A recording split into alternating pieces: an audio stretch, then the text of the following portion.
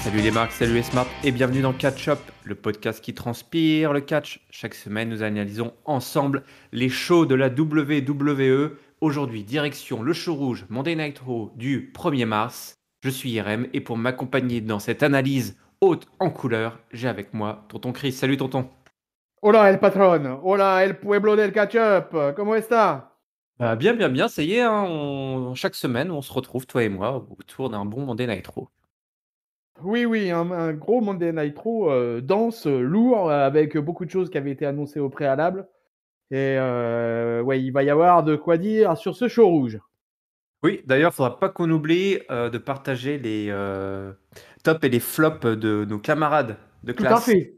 Donc n'hésite pas à me prévenir si j'en fais l'impasse. Mais voilà, sinon ils vont encore bouder dans leur coin. Comme quoi nous ne portons pas leur avis aux oreilles de nos auditeurs qui sont de plus en plus nombreux. Car tonton Chris a repris en main le compte Twitter de Catch-Up. Oula, Donc je vous invite à nous suivre sur Twitter. Vous allez découvrir tonton qui découvre les réseaux sociaux. Tonton qui enfile son costume des millennials. voilà, Raphaël sur Instagram, Tonton sur Twitter. Attention, ça va booster dans les réseaux sociaux pour catch-up. Et IRM qui compte les billets. Pas mal ça. Les dollars pakistanais, voilà, bon, ça a pas fait notre richesse jusqu'à présent, mais on s'y tient quand même. Une richesse de cœur. Bon, ce soir, en parlant de richesse, il y aura de l'or en jeu. De l'or en jeu. Et surtout, c'est le retour d'un homme qui avait brillé par son absence la semaine dernière. Tu étais triste. Ah oui. Voilà, ça manquait de kilt la semaine dernière. Aujourd'hui, il y a du kilt, il y a du poil, il y a du whisky, il y a du McIntyre, puisque c'est l'ancien champion WWE Drew McIntyre qui a les honneurs d'ouvrir le show. Mine de rien, c'est pas anecdotique, hein. Le mec, il a perdu son titre. On l'a pas vu la semaine dernière, mais c'est quand même lui qui fait l'opener. Il nous explique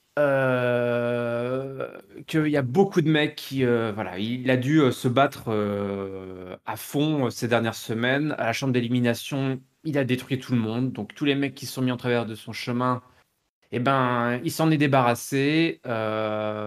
Et Sheamus, qui a l'air d'en avoir après lui, il n'y a pas de problème. Il compte bien se débarrasser de la menace irlandaise dès que possible pour pouvoir récupérer son titre.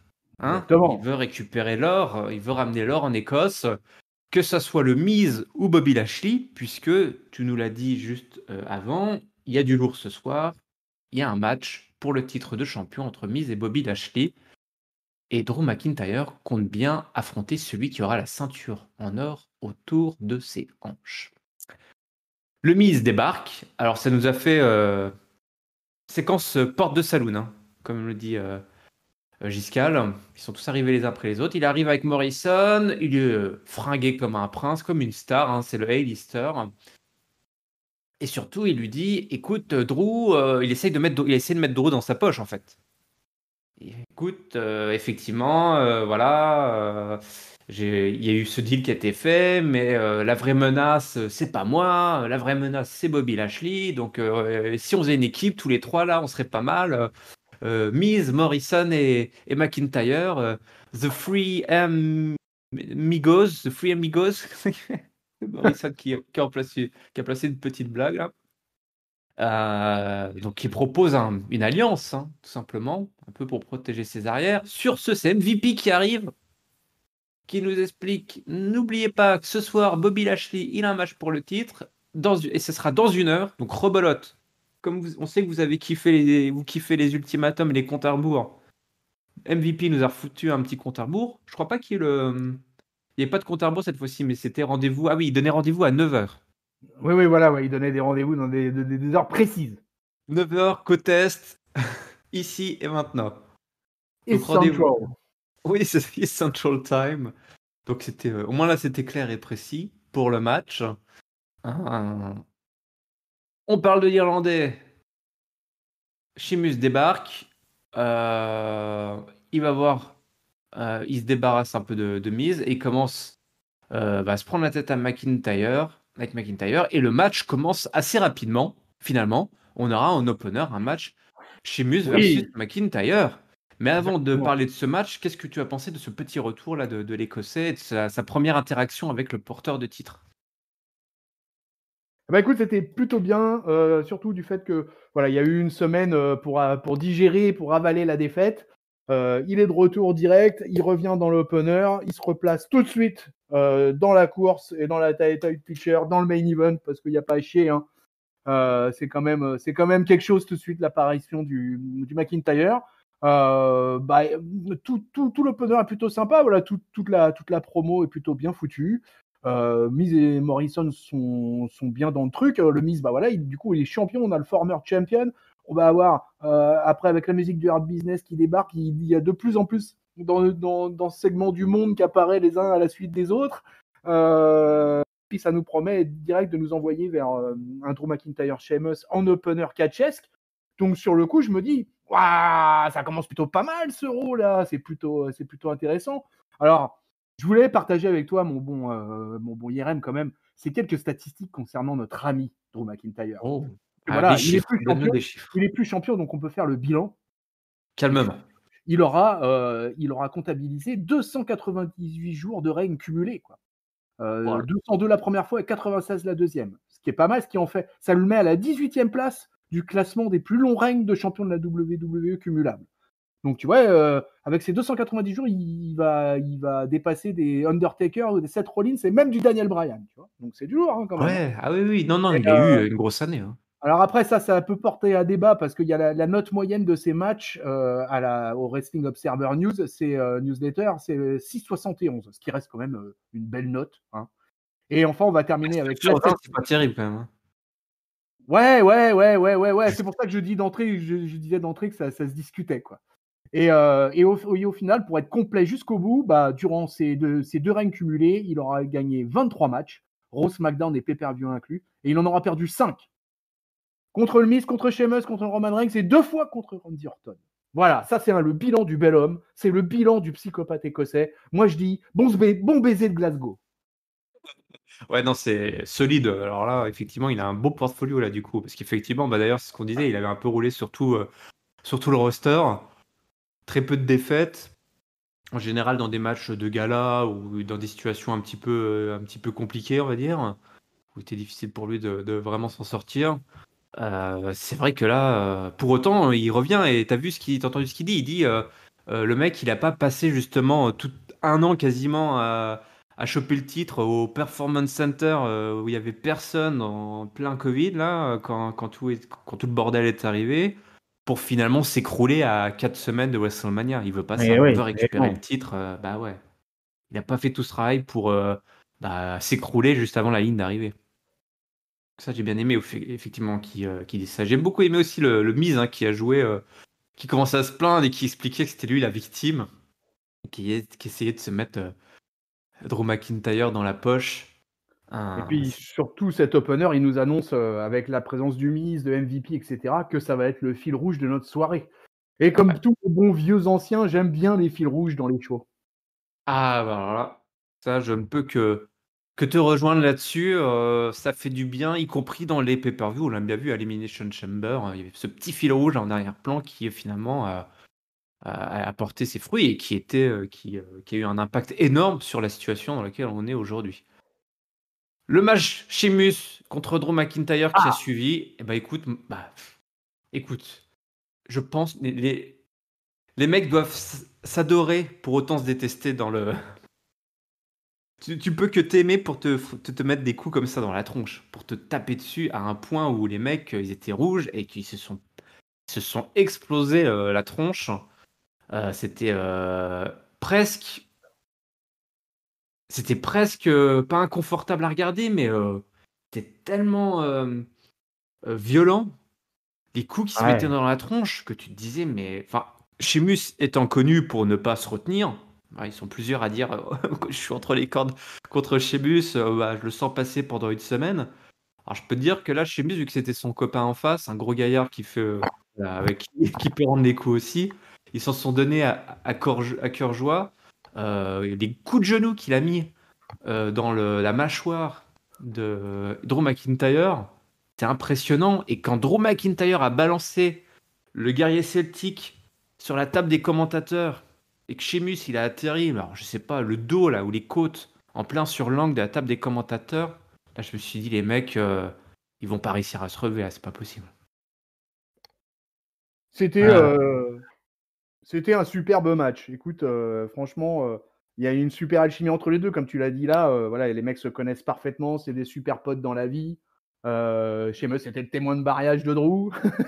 ouais. Enfin voilà quoi, c'est vraiment des mecs voilà, qui se suivent sur le circuit européen, ensuite à la WWE, qui ont un parcours assez différent finalement à la WWE, mais quel palmarès, j'ai envie de dire, quel palmarès. C'est quand même quelque chose. Alors avoir ces deux bestias là dans un match qui va durer 22 minutes quoi, en opener d'Euro. Ça fait Ah, 22 minutes. mais ouais, non mais non mais je n'en revenais pas. Je me suis dit mais là, mais qu'est-ce qui se passe? Qu'est-ce qui se passe à Raw? Qu'est-ce qui leur arrive? Mais c'est quoi? C'est la folie là. Un match 22 minutes 50 exactement, mon bon Irène. Que du bonheur, non?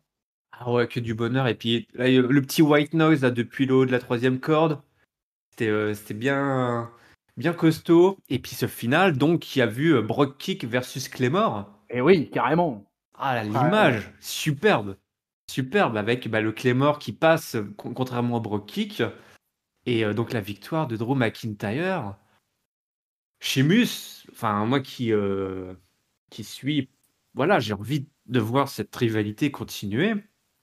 Sheamus, il est au top et j'étais ravi qu'on nous offre cet opener. C'est même limite trop beau pour être vrai. Tu te dis, ce match-là, il ressemblerait. Est-ce que c'est un match qui annonce une suite ou est-ce que c'est un match qui annonce une fin? oui.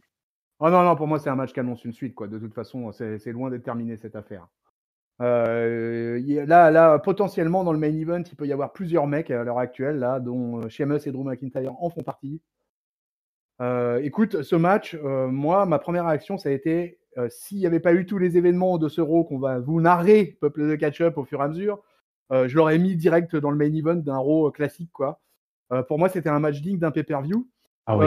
D'ailleurs, j'en avais même fait un petit sondage sur Twitter, quoi, pour demander à nos tweetos catch-shoppers ce qu'ils en pensaient. Et, je leur demandais en fait si c'était un match digne de pay-per-view et si c'était peut-être le meilleur match de weekly qu'il y avait eu à Raw depuis le 1er janvier 2021. Le peuple de catch-up est d'accord à 66%. Il est fondamentalement hésitant à 33%. Par contre, tout le monde, personne n'est pas d'accord. Ça, c'est. Voilà. Il y a Attends, 0%. ça, on dirait l'annonce du gouvernement. Personne n'est pas d'accord. Voilà. Personne Comprends n'est pas qui, d'accord. comprends qui voudra.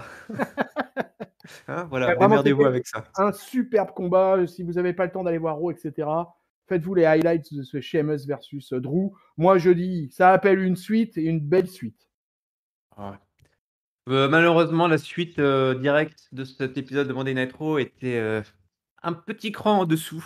C'est le moins Naomi, qu'on puisse dire. Naomi voilà, elle s'ambiance là avec sa musique. Il y en a Jax qui lui a un petit peu gâché l'ambiance. Elles ont un match, toutes les deux. Juste après, Naomi, enfin, Nia Jax chope Naomi euh, parce qu'elle était en train de courir autour du ring, je crois. Et elle lui place une prise de l'ours et Samoan drop, choc slam, puis emballé, c'est pesé, quoi. Et puis voilà. Il y avait rien à voir, circuler, hein. Ouais, Je sais non, pas, là, franchement, c'était très, Baszler et très Lana cool. étaient là. Ouais, on peut dire ça. Elles étaient là. Mais Voilà. c'était super pauvre. Ça a duré 2 minutes 20. On a juste donné, il fallait la victoire pour les championnes parce qu'elles affrontaient à NXT Raquel Gonzalez et Dakota Kai. Donc il y avait un challenge beaucoup plus sérieux qui les attendait à NXT. Donc aucune surprise sur l'issue du combat et sur aussi la durée d'ailleurs. Hmm. On revient à notre fil rouge. Bobby Lashley, il est en sueur, il est prêt, il est surexcité, il veut démonter le Miz. Il est au taquet, mais personne n'arrive, même malgré la musique du Miz. Il est pas là. Et le Miz, pourquoi? Parce que le Miz, il a des crampes d'estomac. Le Miz, il a une gastro. Il est pas bien. Il a bouffé un truc qu'il fallait pas. Je sais pas ce qu'il y avait à la cantine le jour-là, mais c'est pas passé. Les tacos de Rey Mysterio. Ah, oui, mais t'as raison. Mais oui, c'est les tacos de Rey Mysterio, évidemment. Mais On les ouais, connaît, les tacos de Rey Mysterio. C'est il y trop, a, il y a- il trop y a déjà épicé. eu nombreuses histoires à cause de ces tacos. les tacos diaboliques du Mexicain qui ont attaqué la rate directement du Miz, là, qui se tord de douleur et qui dit: «Je suis pas prêt, je suis plus pas prêt». Bobby Lashley, il arrive, il va le choper, il lui fait: «Écoute, heu, dans ce cas-là, on se retrouve à 10 heures». Enfin, c'est Adam Pearce, hein. Adam Pearce qui arrive, il fait: «Écoute Miz, tu gentil, mais tu vas quand même défendre ton titre. Ce sera pas à 9 heures, ce sera à 10 heures, East Central Time». Donc tu une petite heure de plus. Bon. J'aurais aimé que Bobby Lashley, tiens, il chope le Miz et qu'il essaie de l'emmener, jusqu'au ring, toi. Il était un peu trop gentil là, il aurait dû le démonter un peu plus. Ouais, Avec, ouais, il aurait pu, ouais, pourquoi pas, ouais. ouais. Mais voilà, bon, écoute, ça c'est notre petit fil rouge, toi qui aimes les fils rouges. Bah, il y a un fil rouge à base de gastro-entérite, hein, et de brûlure d'estomac. C'était plutôt une brûlure d'estomac quand même. Pour la gastro, je sais pas, on n'a pas eu toutes les images. Je sais pas ce que tu penses de la situation de Braun Strowman à l'heure actuelle, mais elle se développe et je sais pas si c'est pour le pire ou le meilleur. Puisque ce soir, Braun Strowman a un match tag team avec un partenaire mystère. On sait que la WWE aime beaucoup, aimait beaucoup, et le font peut-être un peu moins aujourd'hui qu'ils ne le faisaient à une certaine époque. Les partenaires mystères, les roulottes ou je sais pas quoi là qui faisaient. Tous les jeux qu'ils organisaient pour un petit peu épicer les configurations des matchs. Toujours est-il que ce soir, ils devaient affronter donc Hurt Business, hein, les champions, Shelton Benjamin et Cedric Alexander. Braun Strowman rapplique. Oui, il n'y a pas de partenaire mystère et c'est Shane McMahon qui débarque. Tiens, il commence à baragouiner des trucs.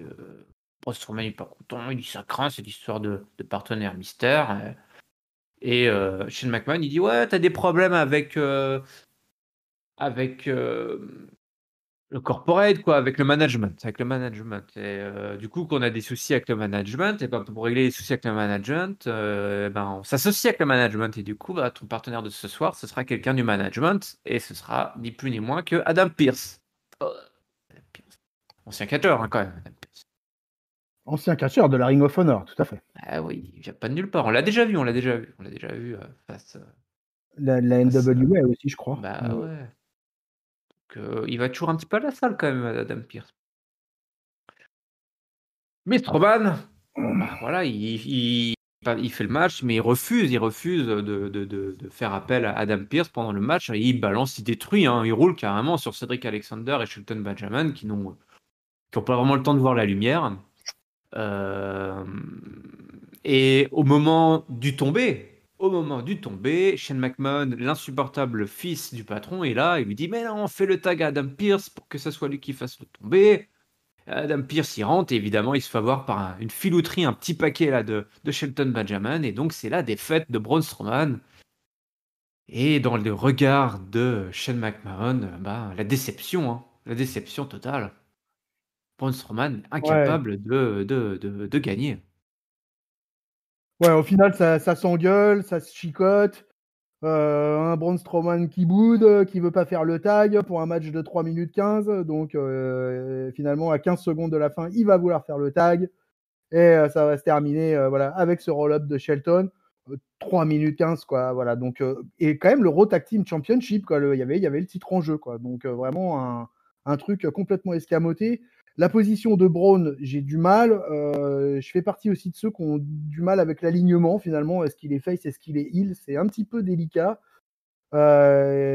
Puisque là, finalement, il affronte des heels, mais il semble effectivement un peu en guerre avec l'autorité et avec Shane qui vient toujours avec le son à fond, hein, Shane, il n'y a pas de problème, hein.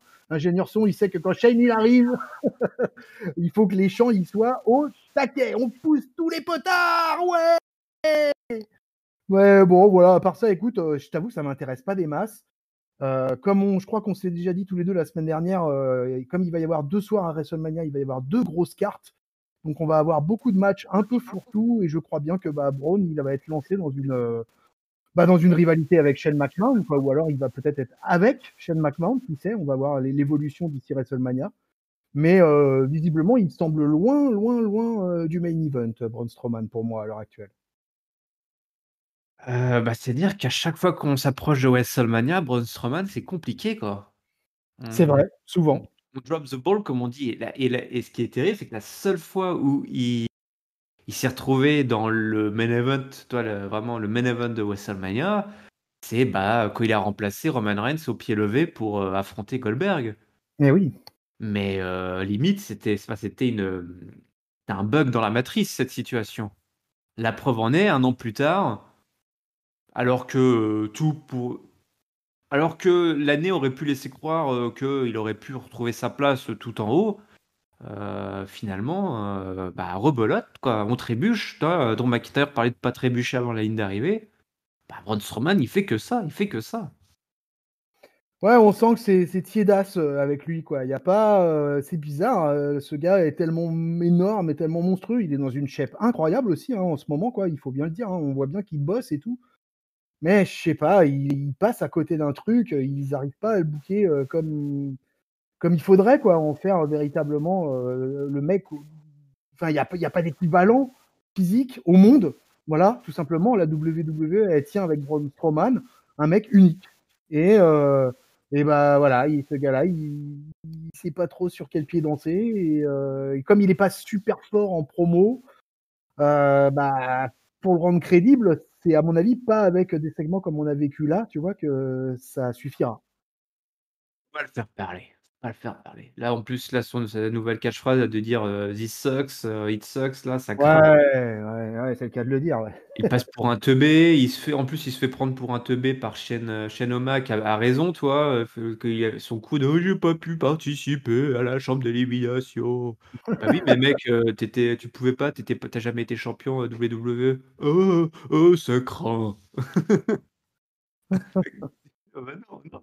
Tais-toi et puis tais-toi et détruis quoi, détruis. Putain. Comme dit Raphaël, toi j'en profite. Lui aussi n'arrive pas sur une opinion. Il dit que le mec est un monstre physique, un talentueux catcheur. Il a l'air désormais taillé en V. Tu nous l'as dit. Et il est réduit à faire le con. Mais pour le côté lumineux, la lumière, et peut-être la lumière au bout du tunnel, c'est aussi le seul à décimer à lui seul une division tag team. Et il a des spots avec l'autorité. S'il déconne pas, ça peut être une belle année pour lui. Je veux le voir contre Lashley et Drew justement. Ah, donc ils veulent voir dans le main event, voilà, Ils ils veulent veulent voir dans voir. le main event, bah Donc ouais. ça ça induirait, ce que je disais au début de la review sur le fait que le main event pourrait être, occupé par plusieurs mecs en ce moment et avec, Lashley, Drew McIntyre, Sheamus et pourquoi pas Braun Strowman qui viendrait s'ajouter pour un fatal 4 way, de fou malade, hein. Mais oui, mais nous on veut voir ça. Il y en Tu a peux marre des gringalets de 70 kilos là, Ouais, d'NXT. ouais, mettons de la viande, La barbaque, faut que ça sente le barbecue là, faut que ça sente le gros beefsteak. Mais non, mais si, de temps en temps là, c'est pas. Ah bah oui, non mais moi je Tu peux pas j'adhère, manger, tu peux pas manger, si tu, on peut pas manger vegan du lundi au dimanche. C'est bon. Arrêtez les j'adhère conneries. au gros Golgoth dans le main event. Hein. Là, en ce moment, on est quand même gâtés. Hein. Là, quand même, quand on a commencé l'année 2020, c'était Lesnar qui tenait le titre. Après, il y a eu grosse période Drew McIntyre, micro-période Randy Orton, Drew McIntyre. Derrière, on a un behemoth comme l'ami Bobby Lashley. Je pense Ouais. qu'on est assez gâtés en ce moment dans le main event d'Euro à ce niveau-là. Ah oui, sûr, si t'aimes les petits filous qui sautillent dans tous les sens Ah, pour faire des petites cascades et des roulades. si t'aimes Finn Balor et Adam Cole, c'est vrai qu'on n'est pas dans la même catégorie là. On est dans le heavyweight là. Bon, écoute, on va parler de. Est-ce que je sais pas si on peut le considérer. C'est presque des heavyweight, hein, parce que Elias, c'est quand même un sacré. Il est costaud aussi, hein. Ah, Elias, je pense que c'est un heavyweight, hein, Elias. Ah ouais. Écoute, la catégorie cruiserweight pour la WWE, c'est 93 kilos, 205 pounds. Donc, Elias, à mon avis, c'est un mec qui pèse son quintal. Hein. C'est ça qui est dingue. On se rend même plus compte. Enfin, c'est dingue. Elias, pareil. Enfin, il est massif, hein, attention. Il est massif. Là, sous son petit Marcel et derrière sa guitare et son air de hobo, là, chanteur d'opérette, voilà, il est quand même il est costaud, quoi. Il est Ah costaud. ouais, ouais, ouais, non, non, c'est pas un peintre, hein, notre ami Elias. Hein. Ça, là-dessus, Bon, on- il était en bisbille avec Bad Bunny. Bad Bunny, par contre, lui, c'est plus catégorie NXT, lui, hein. 1m85, 101 kilos, Elias. Ah oui, quand même. Ouais, Ouais, quand même. Il aurait fait un bon numéro 6 au rugby. Bah là, je sais pas quel numéro il a. Il a le numéro de Bad Bunny, là, visiblement, il essaie de l'avoir. Puis ça s'embrouille backstage avec Damian Priest. Ça parle il essaie de le faire rejoindre dans une espèce de nouveau mouvement semi religieux autour de la musique qui change le monde. Et puis il est accompagné par son espèce d'acolyte là, comment il s'appelle, le raciste, Jack Dexter, comment il s'appelle? Jack, Jack Decker, Jack Dexter, Jackson Riker. Jackson Riker. Je lui dis, mais oui, il veut en venir là. Ah, mais ouais, mais Jackson Riker. Voilà, le mec dit, enfin le mec d'NXT, enfin bref, on s'en fout, le mec qui a 0 charisme, il sert à rien. Il est torse nu, je sais pas pourquoi il est tout le temps torse nu, c'est complètement con. Je sais pas, il devrait lui donner un rôle genre un roadie ou un truc comme ça, toi, un mec qui sert vraiment à quelque chose et juste là, enfin bref. Ça Ouais, mais s'embrouille, ouais, ça s'embrouille. Et il y a un match entre Damian Priest et Elias. Écoute, un match qui a duré assez longtemps quand même. eh bah écoute, ouais, grosse surprise ce match, hein, 15 minutes 25. Ouais. Rappelle-toi, semaine dernière, Damian Priest versus Garza, pareil, hein, même tarif. Ouais, Donc ouais, ouais. on laisse à la fois du temps à Damian Priest pour montrer l'étendue de ce qu'il sait faire, mais on lui met aussi un côté compétition face à des low carders, quoi. Donc mine de Ouais. rien, c'est. Est-ce que Est-ce que pour toi c'est une bonne chose pour Non, non, Damian Priest de mettre autant de temps pour battre Elias, par exemple? moi, le temps, finalement, m'importe peu parce que je pense que la mission de ce combat, c'était pas ça. La mission de ce combat, c'était de mettre du mainstream à mort avec Bad Bunny, quoi. Ah oui. Bad Bunny, aux États-Unis, il est en train de faire un buzz considérable avec ce qu'il fait à la WWE. Il semble investi. Dans backstage, apparemment, il n'y a que des félicitations et que des congratulations et tout le monde, il est content et tout le monde, il est heureux. Priest semble ravi également. Lui, ça lui donne une exposition énorme, hein. On en a déjà causé la semaine dernière et on en reparle.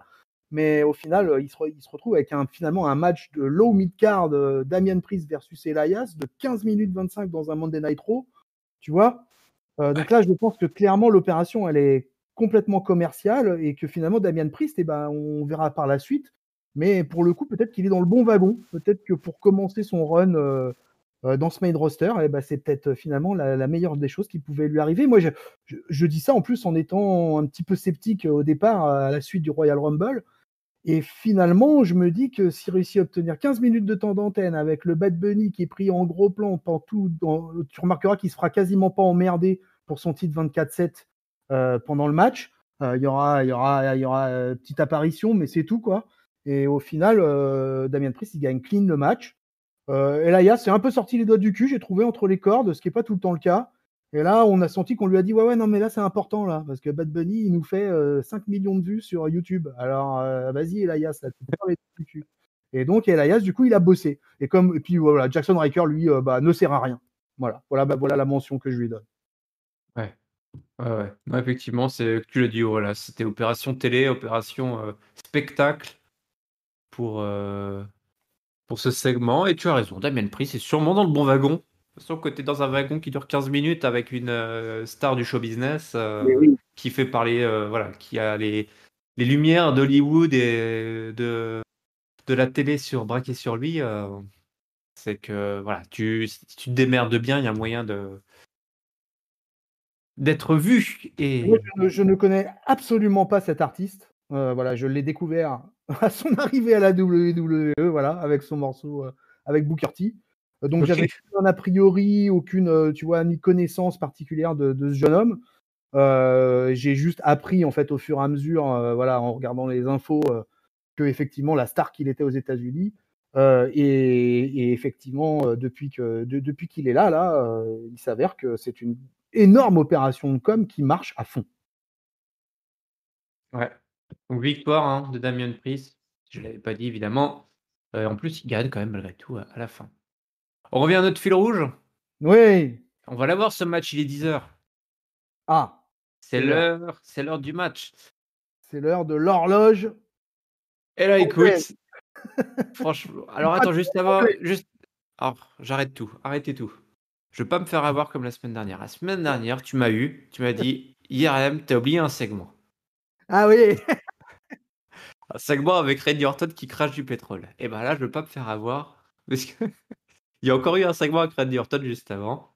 Ah Il dit: «Mais ouais. pourquoi vous avez, craché, du, pétrole là ou du sang noir ou quoi que ce liquide étrange là?» Et en fait là, il y a Alexa Bliss qui est arrivée sur un écran interposé. Je crois que Randy Orton, il regardait un écran à ce moment-là.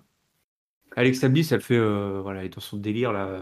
Elle fait un pacte avec le diable, hein, visiblement. Elle veut ramener des âmes à la vie, des âmes tourmentées. Et elle arrive, elle est pas seule, elle est suivie par Randy Orton. Et ouais, Randy Orton, mais un Randy Orton diabolique. Donc une version diabolique de Randy Orton qui s'adresse à Randy Orton, le vrai Randy Orton, celui qui crache du pétrole. J'espère que vous suivez. Et Alexa Bliss promet qu'il va payer pour tout ce qu'il a fait. Donc on parle là dans du mystico, diabolico. On va faire des petites séances de Ouija là, en se touchant les petits doigts et se faire peur en demandant à Bray Wyatt de toquer 3 fois s'il est là. Un peu de spiritisme, petite séance de Ouais, ouais, spiritisme. exactement ça, ouais. Ouais, ouais, c'est ça, ouais. T'as Bon, déjà bah, fait du spiritisme, tonton? peut-être une fois ou deux dans ma prime jeunesse. Ouais, ouais, pourquoi pas. Ça, Ouais, et ça a toqué? ça a toqué. Je me souviens plus trop, quoi. Je sais plus dans Un quelle, gros trou noir, je sais pas ce qui s'est passé.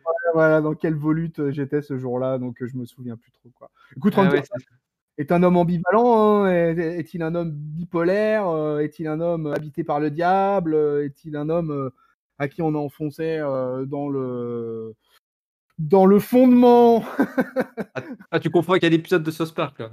à dégueuler du pétrole de manière assez crade? On a bien cru qu'il allait recommencer, hein, d'ailleurs. Mais voilà, il est habité en tout cas par le démon du Fiend. Là, hein. Il est en train de se passer quelque chose avec le Fiend. Ils en mettent du temps, hein, à ce que ça vienne, hein. Ils prennent leur temps, hein. Ouais. Dorénavant, on a marqué, là, ça fait, je crois, on en est la 4e ou 5e semaine où c'est un segment avec Randy Orton backstage, Hmm. avec le sempiternel d'Alexa Bliss dans son pentacle. Ils prennent vraiment leur temps. WrestleMania, c'est bientôt et pas bientôt en même temps, donc et qu'ils ont pas grand-chose pas grand-chose à raconter. Ouais, ils prennent, ça s'étire quoi. Et encore, on a eu une pause dans tout ça en plus, c'est ça le pire. Oui. Hein, et c'est pas été, enfin, Randy Orton autour du Rumble était occupé avec Edge et voilà, donc là on y revient seulement et encore, ouais, c'est vrai que ça traîne un petit peu, ça traîne un petit peu en longueur. Moi j'aime beaucoup, hein, et évidemment c'est inévitable, inéluctable et moi j'ai envie d'avoir un match original où il n'y a pas juste des asticots entre Randy Orton et Bray Wyatt ou The Fiend en tout cas. Mais c'est vrai que bon, c'est moyennement inspiré, on va Je me dire. demande si ça va pas nous emmener sur un match cinématique à WrestleMania, ce Randy Orton versus The Fiend. J'ai du mal finalement avec l'idée de faire revenir The Fiend dans un match traditionnel à WrestleMania. Je crois bien qu'il va pas revenir du tout d'ici WrestleMania. Il sera pas à Fastlane.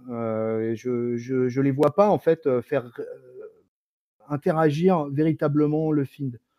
Et je Moi, sais pas, c'est ce que. Ouais, vas-y. un match cinématique, ouais, me paraîtrait une option pas mal. Tout l'angle d'Alexa Bliss qui, grosso modo, hein, essaye de faire revenir The Fiend à la vie, quoi, sur Terre, on va dire. Comment faire venir un méchant 15 fois qui se fait tuer, qui se fait dans Vendredi 13 ou ce genre de films d'horreur où ils reviennent toujours. Me fait même espérer qu'on assiste à WrestleMania dans un décorum gothique invraisemblable, au milieu d'un pentagramme immense, ouais, voilà, avec des flammes et du sang et des limaces et des hurlements de terreur au retour qu'on assiste à une espèce de messe diabolique pendant WrestleMania, le retour de The Fiend, un match cinématique effectivement avec Randy Orton dans un truc complètement gothique et complètement improbable puisque effectivement Alexa Bliss promet qu'il va payer pour tout ce qu'il a fait et ça ressemble beaucoup à l'angle qui a été utilisé avec John Cena, le côté vraiment on va refaire l'histoire et faire payer en fait, faire payer à l'adversaire. Ouais, le seul truc que je trouve un petit peu dommage dans tout ça, c'est que Alexa Bliss, du coup, est complètement écartée de la compétition côté division féminine. À Raw, ça serait pas du luxe quand même d'avoir une catcheuse comme elle, quand même impliquée dans les combats féminins. Donc voilà, elle est mise totalement à 100% à fond dans cette rivalité Fiend-Orton. Je regrette quand même quoi, de pas l'avoir un peu plus in-ring. Ouais. Mais ça, je veux te dire, c'est pas tant un problème pour elle que pour la division féminine. Ah oui, oui, oui, oui, oui, ah, C'est je suis totalement d'accord. D'ailleurs, la division féminine, alors on y arrivera juste après, puisque ce fameux match entre Miz et Lashley, bah, il a pas duré trop longtemps puisque le Miz a fait ce que chaque heel devrait faire dans un monde, heu, un peu plus réel que, celui de la WWE. C'est qu'au son de la cloche, il est parti en courant et Et qu'il oui, a perdu par disqualification, le par co Miz des comptes à l'extérieur. le Miz connaît le règlement, c'est un très bon heel, il connaît parfaitement le règlement.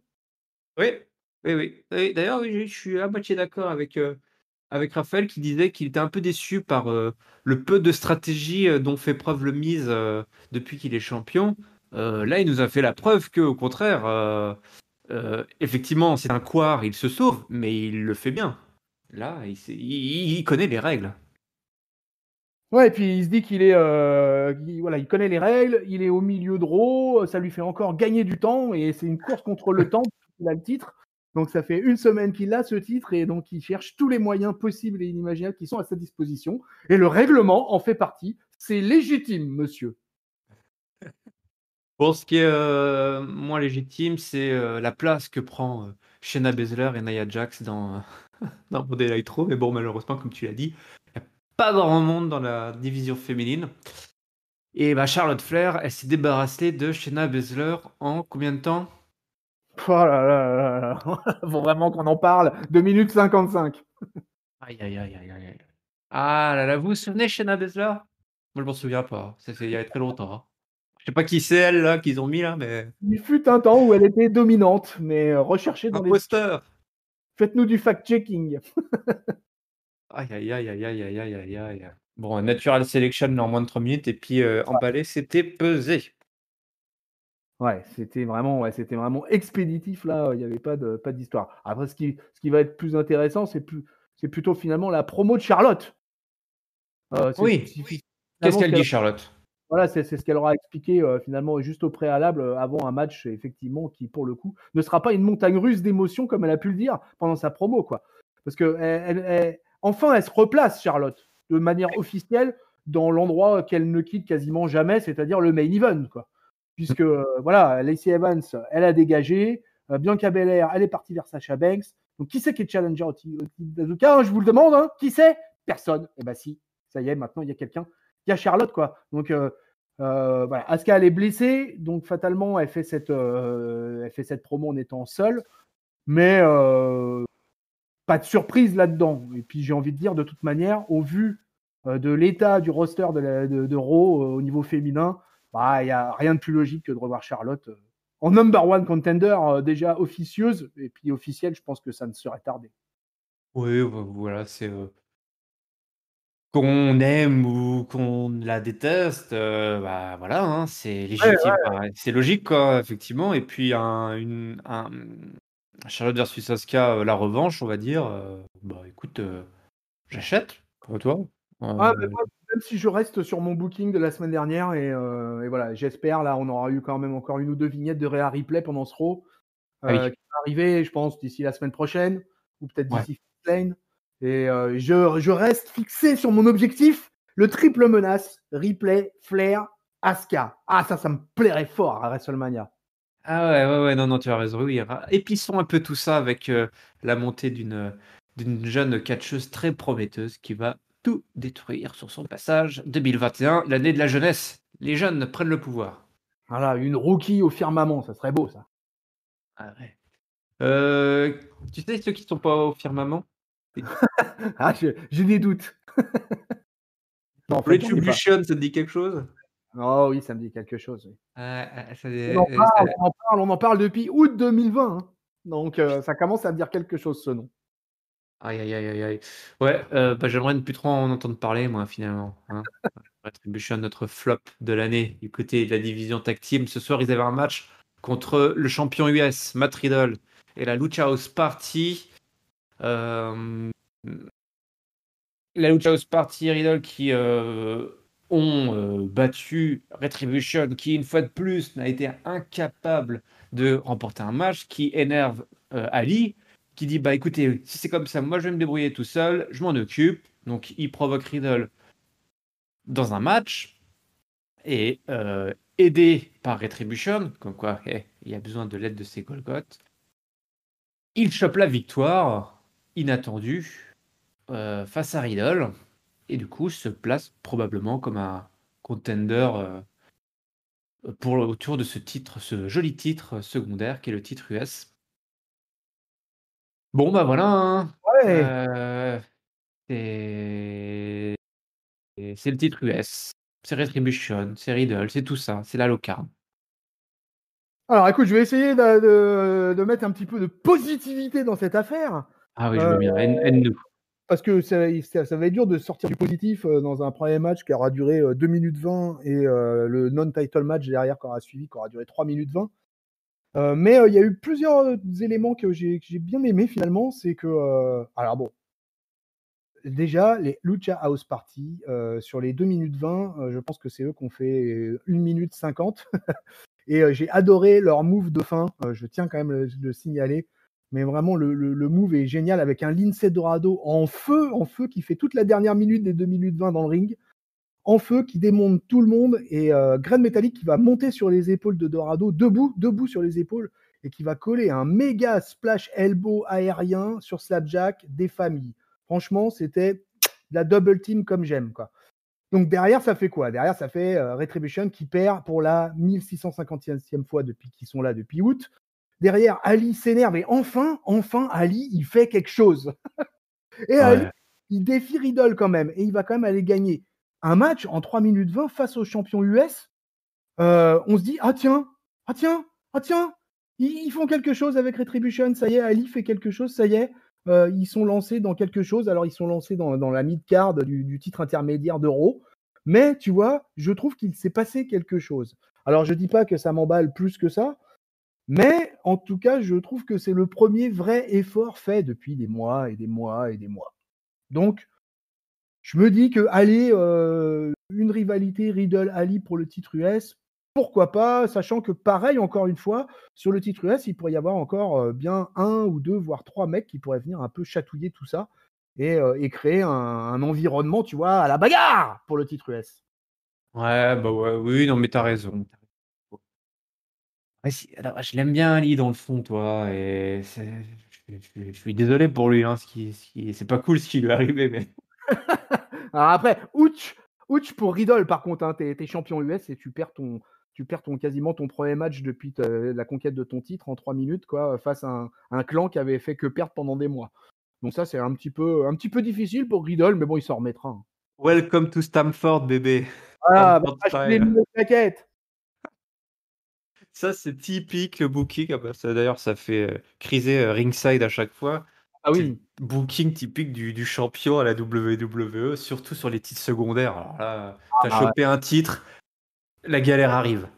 C'est comme quand tu gagnes la mallette du Money in the Bank, la galère arrive.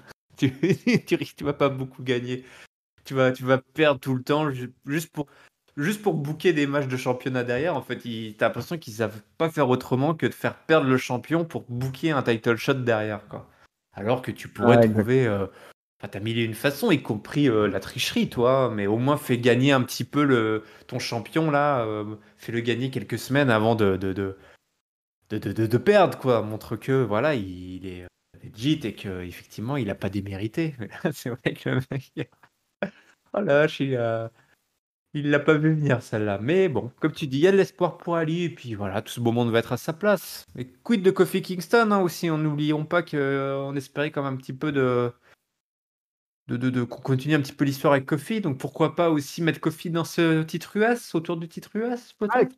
et aussi, quand il reviendra, peut-être que Ouais, qui serait intéressant aussi dans ce débat sur le titre US, ça pourrait être, ça pourrait, nous offrir des trucs assez sympas, quoi. ouais, Ouais, il y a carrément. de la matière. Moi, je trouve qu'au niveau, je sais pas ce que tu en penses, mais au niveau roster à Raw du côté masculin, franchement, il y a de la matière. Ils peuvent pusher des mecs, ils peuvent faire des trucs sympas, des rivalités peut-être plus, un peu plus approfondies sur les titres intermédiaires. Alors regarde, autour de l'Intercontinental de Big E, il y a du monde qui tourne autour entre Nakamura, entre Corbin, entre Sami Zayn, tu vois? Et le titre intermédiaire, faut que j'ai envie de dire, faut que ça pullule, quoi. Faut que les mecs autour, ils aient envie, quoi.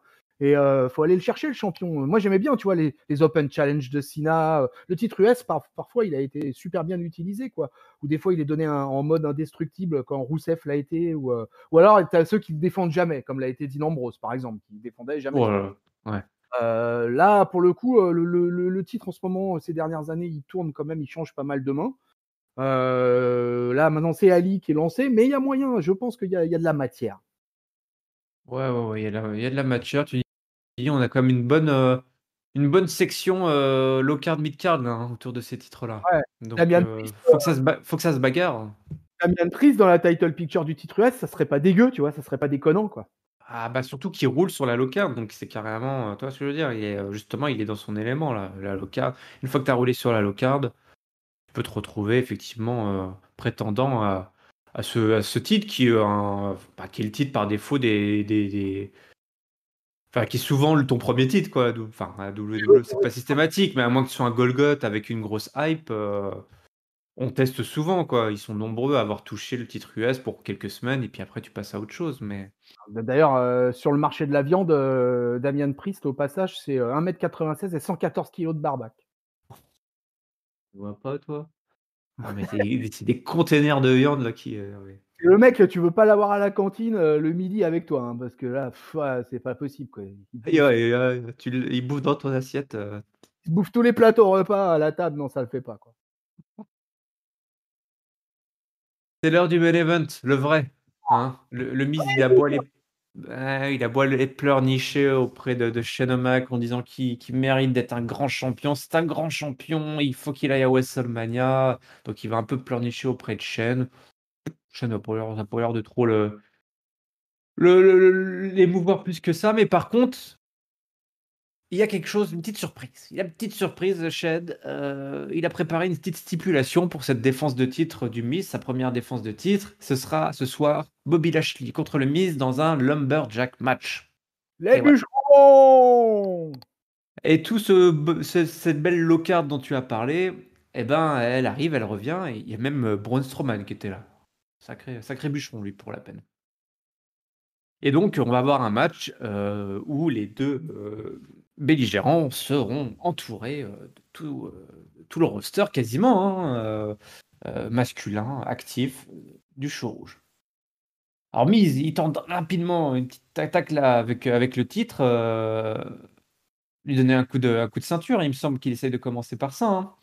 Euh, Ce qui aurait provoqué sa disqualification d'ailleurs. Pas Exact. bête. Et ouais. Bobby Lashley. Donc toi, plus malin, hein, je pense que Raphaël n'a pas bien regardé toutes les filouteries du Miz, hein. Je pense qu'il n'a pas bien vu tout ça. Bobby Lashley qui chope le Miz dans un coin. Et Lashley est énervé parce qu'il il se fait attaquer par les bûcherons à un moment donné, hein. Donc ça excite et ça énerve encore plus la bête. Donc grossière erreur. Il court après le Miz qui essaye de se sauver. Il essaye de convaincre Drogulak et Elias de l'aider, mais Gulak, il le renvoie, et puis du coup, il se prend une grosse close line, pardon. Il se fait tabasser. Énorme choc slam. Je crois que là, il a pu toucher les étoiles pour la dernière fois, le Miz. Full Nelson. Et alors là, le Miz, alors, je pense qu'il a dû s'évanouir 15 fois, parce que Lashley, il l'a secoué dans tous les sens. Je pense que les cervicales, elles ont pris cher, là. Et le Miz qui abandonne, qui tape. Et nous avons un nouveau champion à la WWE pour la première fois. Champion WWE, mesdames et messieurs, Bobby Lashley. Bravo! Magnifique.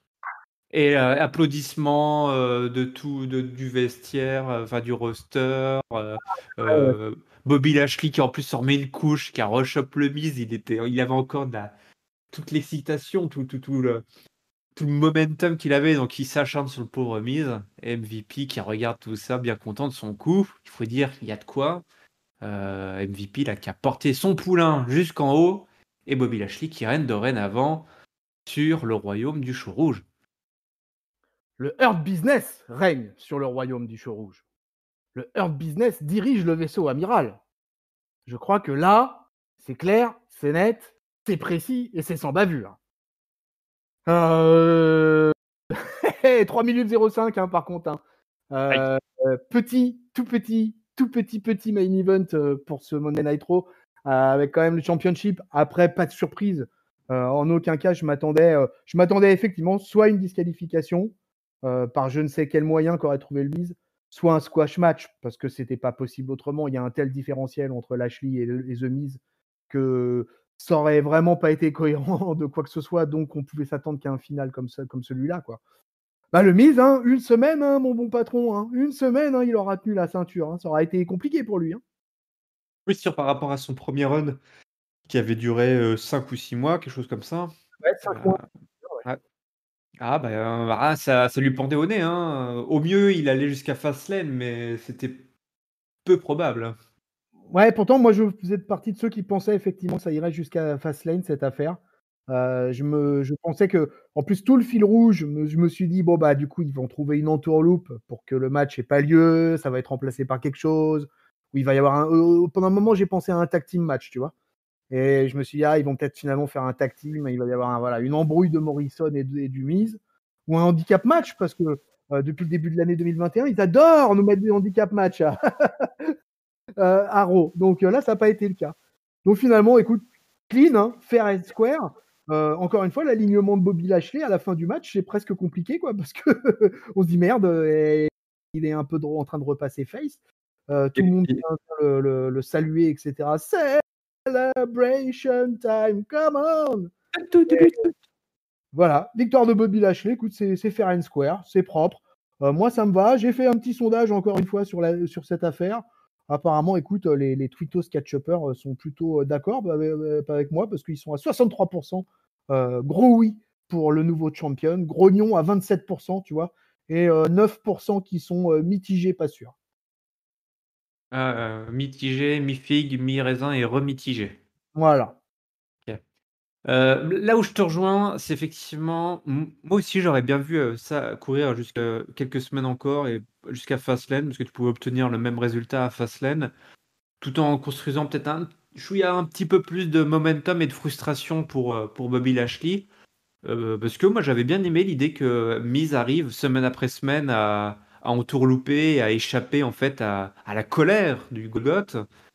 Et je pense que la WWE a cédé à la facilité en se disant bah, pourquoi attendre et autant filer tout ça à Bobby Lashley. Après, tout dépend du plan derrière, puisque comme tu l'as dit, aux sorties de cet épisode de Monday Night Raw, quid de l'alignement de Bobby Lashley? C'est d'ailleurs ce qui a un petit peu gêné Ringside et Raphaël, c'est que, bah, comme tu l'as dit, c'est un gentil monstre, mais si on doit refiler Drew McIntyre dans les pattes de Bobby Lashley, il faut pas que Bobby Lashley soit gentil, hein, il faut que Bobby Lashley soit très très très très très très très, très méchant. Et oui. Et là, pour l'instant, enfin, t'as juste envie, enfin, on nous montre qu'il faut être content pour lui. Donc c'était un petit peu étrange quand même. Toi, t'étais content pour le gars, mais c'est vrai que dans la façon dont c'était monté, en termes d'émotion, on va dire, tu vois, de ce que tu dois ressentir, on était dans le trouble. On était dans le trouble. On était troublé, émotion troublée, toi. Je me suis dit, ah, je savais pas trop quoi ressentir à ce moment-là. J'étais content pour l'homme, pour le Bobby. Et effectivement, il a le gabarit et il a l'air d'avoir connu il a connu un parcours qui le prédestinait à être champion, voilà, à WWE. Mais voilà, en termes de timing, de faire de construction, là, c'était un petit peu étrange. Mais bon, ça y est, c'est lui le champion. Le Hurt Business, c'est quand même une belle réussite. Voilà, on Oui, les a tout en haut en 2020 et ma foi, quel début d'année 2021, quel premier trimestre de la part du Hurt Business, hein. Franchement, on est dans du très très lourd là, hein. Et là, il y avait une belle photo sur Twitter avec MVP assis entouré des 3 mecs avec toutes les ceintures là. Ça avait de la gueule. ouais. Non, non, là-dessus, je te rejoins, hein, sur la faction, et c'est super bien construit. Et le mec, bah voilà, bah toi, il a chopé le titre US, et après, il est monté jusqu'au haut pour choper le titre. Ça, c'était super bien écrit, hein. Franchement, il n'y a aucun souci là-dessus. Là, ça, c'est vraiment une grosse, grosse réussite voilà, de cette année, enfin, depuis 2020, hein. C'est Bobby Lashley, le vrai CEO de Monday Night Raw. Et le mec, il a déjà t'es déjà en train d'écrire les dialogues, pour la semaine prochaine? Bon, bah, Allez, écoute, si tu veux bien, mon tonton, c'est l'heure du top eh du oui, flop note. voilà, nous arrivons à l'étape ultime. Bon, écoute, Alors, oui? vas-y, dis-moi. Tu veux Non, qu'on non, non, commence de notre, tiens, on va commencer avec nos collègues ouais. chroniqueurs, en particulier le papy, parce que le Raphaël, il s'est pas foulé, il nous a pas mis de top flop note, il nous a mis qu'un avis, la vache. Et Ouais, puis ouais, on ouais. a déjà fait, quasiment en entier, que je suis en train de voir. Ouais. Allez, on va parler du papy quand même. Alors le papy, lui, il nous a mis en top le sacre de Bobby Lashley, tout simplement. En flop, Retribution de manière totalement gratuite, mais apparemment il était un peu à court d'idées. Il a trouvé que le match Sheamus-McIntyre était superbe, aurait mérité un top bis. Voilà, apparemment tout a l'air de lui avoir plutôt bien plu, quoi, hein, globalement. Lui aussi il reste un peu interloqué sur l'alignement de Bobby Lashley avec tous les copains en ringside qui lui font une ovation, quoi. Mais il a trouvé ça très sympa. Voilà, Bonne pour lui, ambiance. la bonne ambiance. On sent que Mania approche avec Shane qui squatte, Charlotte qui s'intéresse de nouveau à la division féminine. Bref, la note pour Papy, c'est du 3,5.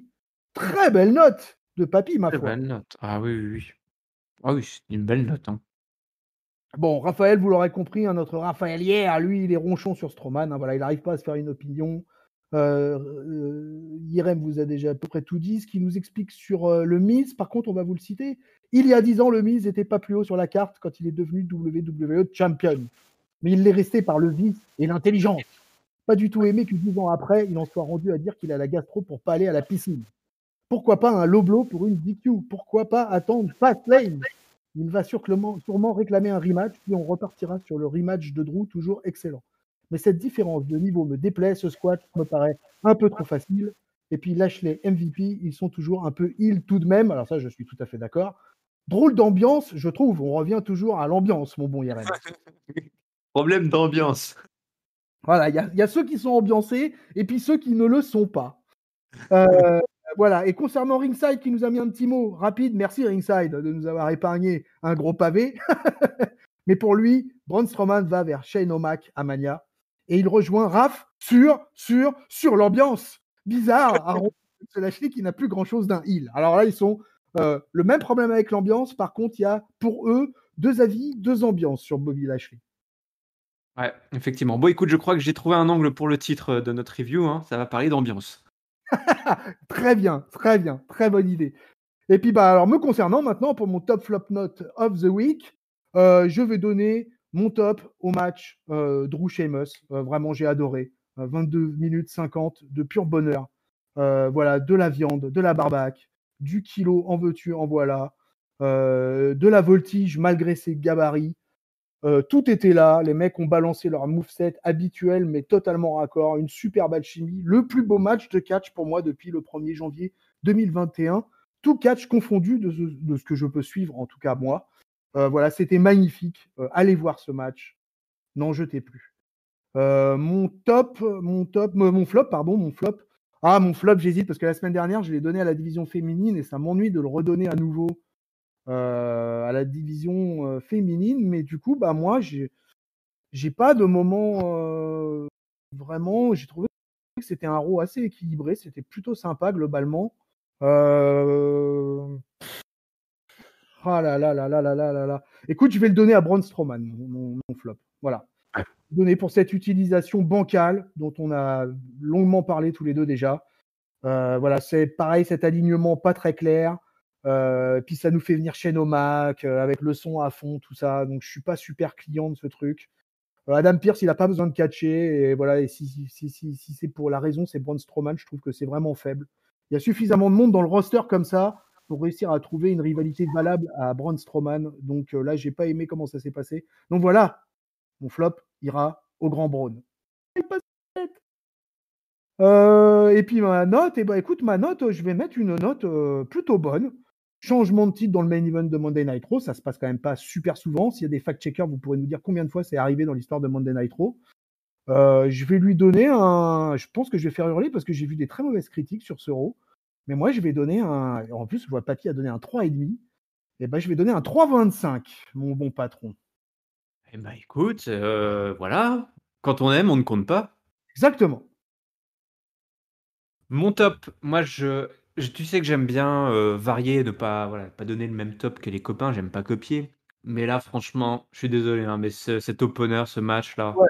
Bon, mais ouais, non, mais là, faut pas bouder son plaisir et j'ai pris énormément de plaisir. Pour moi, c'était un match de WrestleMania. j'aurais Voilà. adoré le vivre live. Oh là là, Ah ouais. À Paris, un Drew versus Ah oui, Sheamus. carrément le mec. Moi, je lui dis: «C'est un match pour WrestleMania» et toi, tu me dis que c'est un match pour Bercy. D'accord. Oui, Ah, je comprends, hein. c'est là où j'aurais le plus de chances de le voir. Oui, oui. Quoique, cette année, je suis pas sûr, hein, Non, là, vu c'est la un peu raté. situation.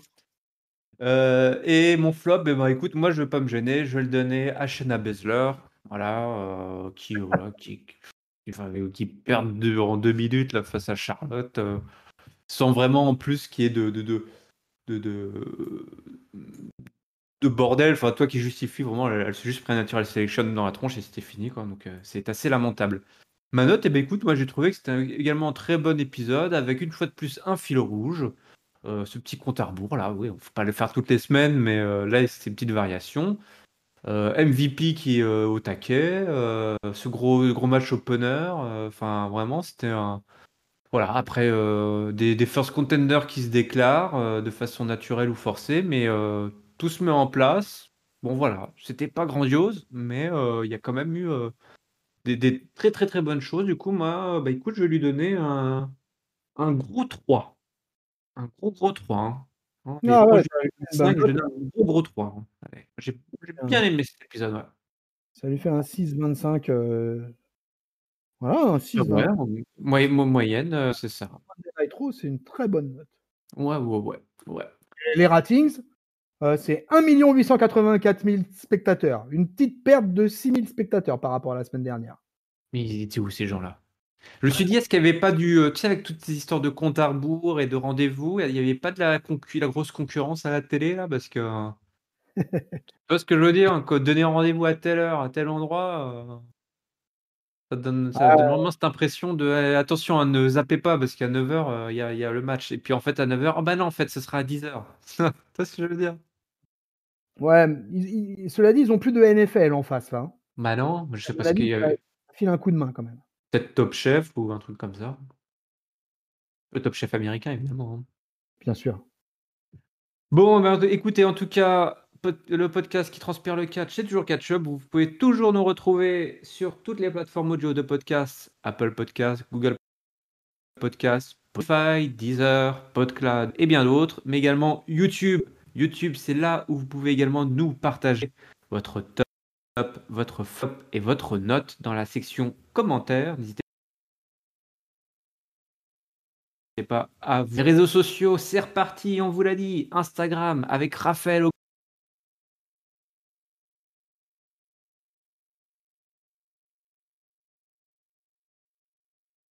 commande qui s'en occupe. Ah, on lui a laissé les clés à Marquis. Marquis Marco, fais pas le con, on veut de l'abonné. Et Salut surtout, Marc. la grosse nouvelle, c'est Twitter qui renaît de ses cendres, Catch Up CDC, avec Tonton Chris qui découvre les technologies des millennials. Attention, il va y avoir du grabuge, tonton. Exactement, vous pouvez me retrouver, d'ailleurs, aussi, avec, le compte Catch-up, à @tontonchris71, je crois, ou c'est @tontonchris tout court, je sais même plus. J'ai du mal avec les nouvelles technologies, j'ai du mal. Je vais vous retrouver ça, Tu sais quoi, tu balanceras ça mais dans les commentaires de la vidéo YouTube. ouais, exactement, ouais. Je vais vous balancer des sondages de toute façon. Je vais vous balancer. On verra. On parlait aussi des pronos. Il y a pas mal de gens sur Discord qui nous parlent de faire des pronos de manière peut-être un peu plus officielle, etc. Donc il y a moyen. Écoutez, on est encore peu nombreux sur Twitter, hein. On est 276 abonnés pour l'instant. Allez, hâte tonton Chris 71. Et donc, vous pouvez aussi envoyer des textos à tonton hein, au 06 84 28 17 32. Exactement. Ouais, pas de 0,7 hein, pour tonton. Donc n'hésitez pas, hein, vous l'avez bien noté, 06 27 18 43 28. Voilà. C'est les pauvres gens qui vont recevoir des trucs random. Vous envoyez coucou tonton, tu fais quoi ce soir? au numéro de téléphone que je vous ai partagé et il vous répondra tout de suite. Allez, merci à toi tonton pour, ta présence et tes chiffres toujours aussi précis. Merci à toi, El Patron. C'était un plaisir de reviewer un bon Monday Night Raw. Et on remercie évidemment tous nos auditeurs de nous suivre chaque semaine. On se retrouve très bientôt pour l'analyse du show bleu Friday Night SmackDown. D'ici là, on vous souhaite évidemment à toutes et à tous une bonne semaine pleine de catch. Salut, salut! Salut Irène. Salut Pablo le catcheur.